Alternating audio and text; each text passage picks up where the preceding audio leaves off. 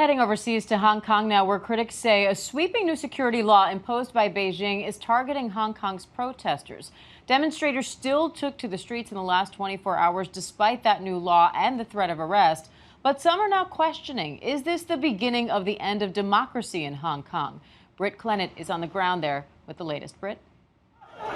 The heart of Hong Kong's shopping district. Riot police gathering in numbers. At the moment, there aren't any protesters. We're just seeing this incredibly heavy police presence as far as the eye can see. That way, they've cornered off.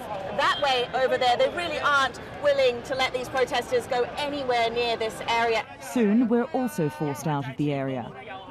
Please leave the police officials. Tension returning to Hong Kong streets following the abrupt introduction of a new national security law overnight.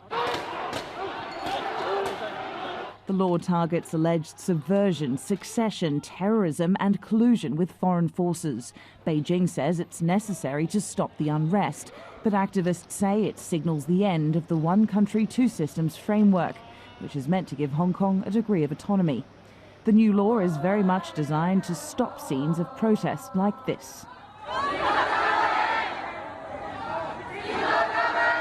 But it seems the law hasn't yet had the deterrent effect Beijing had hoped for, as thousands turned out in defiance of the law anyway. You felt compelled to come out today? Yeah. Because we don't have anything left. Yeah. What do you think is going to happen, though? I mean, this law is enforced now. Is it time to kind of give up the fight and get back to normal in Hong Kong? Because that's what's being said. How does any democracy come up in any city in the world, in any country in the world, if people all gave up? Yet Hong Kong police didn't waste time making its first batch of arrests under the new law. Just saw the police moving forward, protesters retreat, and again another protester down on the ground being pinned to the floor. It looks like he's been arrested. A new purple flag warns protesters that under the new law, carrying banners that call for independence is banned. Several did it anyway. This sticker calling for Hong Kong independence, as well as the slogans we've been hearing calling for independence, is absolutely illegal. This could land you in jail. As tensions escalated throughout the day, reports came in that a policeman had been stabbed. A journalist was knocked down by water cannon, and tear gas was used to disperse protesters. Cheers! In what might as well have been a world away, officials hosted the 23rd anniversary of Hong Kong's handover from Britain to Chinese rule. The controversial law, as one top Chinese official in Beijing described it, was the central government's birthday gift to the city. Hong Kong leader Carrie Lam once again stepped out in defense of the law. We could think of no valid reason why China alone should be inhibited from enacting national security legislation to protect every corner of its territory and all of its nationals. But the international community isn't buying it. The legislation drawing instant condemnation. Free Hong Kong was one of the world's most stable, prosperous, and dynamic cities. Now it will be just another communist-run city where its people will be subject to the party elite's whims. The enactment and imposition of this national security law constitutes a clear and serious breach of the Sino-British Joint Declaration. Britain, Hong Kong's former colonial ruler, is now offering a pathway to British citizenship for millions in Hong Kong.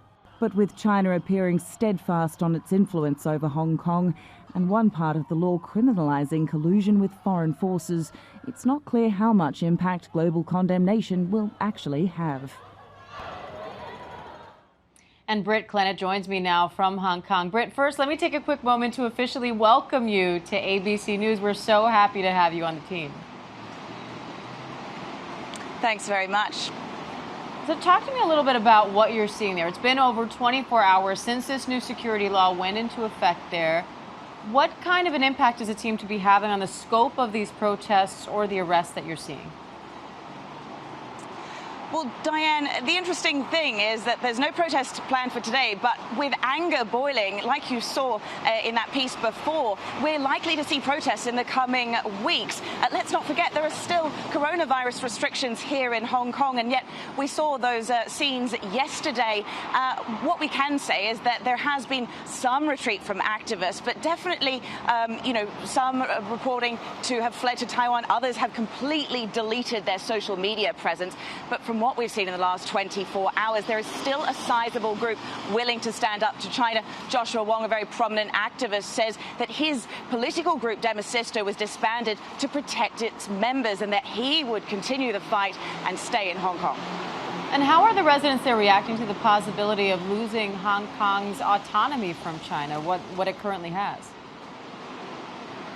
Well, Diane, a lot of people we spoke to yesterday were extremely worried, but it's not just residents and activists here who are concerned about this law. The whole legal sector has cried foul over this. Certainly journalists, artists, even members of the business community are considering moving their companies elsewhere in Asia. Let's not forget, up until recently, this was considered one of the freest cities in Asia. So it's been quite a dramatic turn. And you're talking about companies potentially leaving. Where you talked in your piece about Britain offering a path to citizenship to go over there too. Does it seem like the people in Hong Kong could leave en masse if this happens, or do they seem determined to stay and fight? You know, I think there's two different camps here. There's certainly indications that some are looking to move abroad, maybe Taiwan, maybe Canada, and certainly people who have British overseas national passports are weighing up that option as well. But, you know, like I say, we have spoken to people who say they will stay in Hong Kong, they will fight on Hong Kong soil, whatever it takes. All right, Britt Clennett there from Hong Kong. Britt, welcome to the team. Thank you.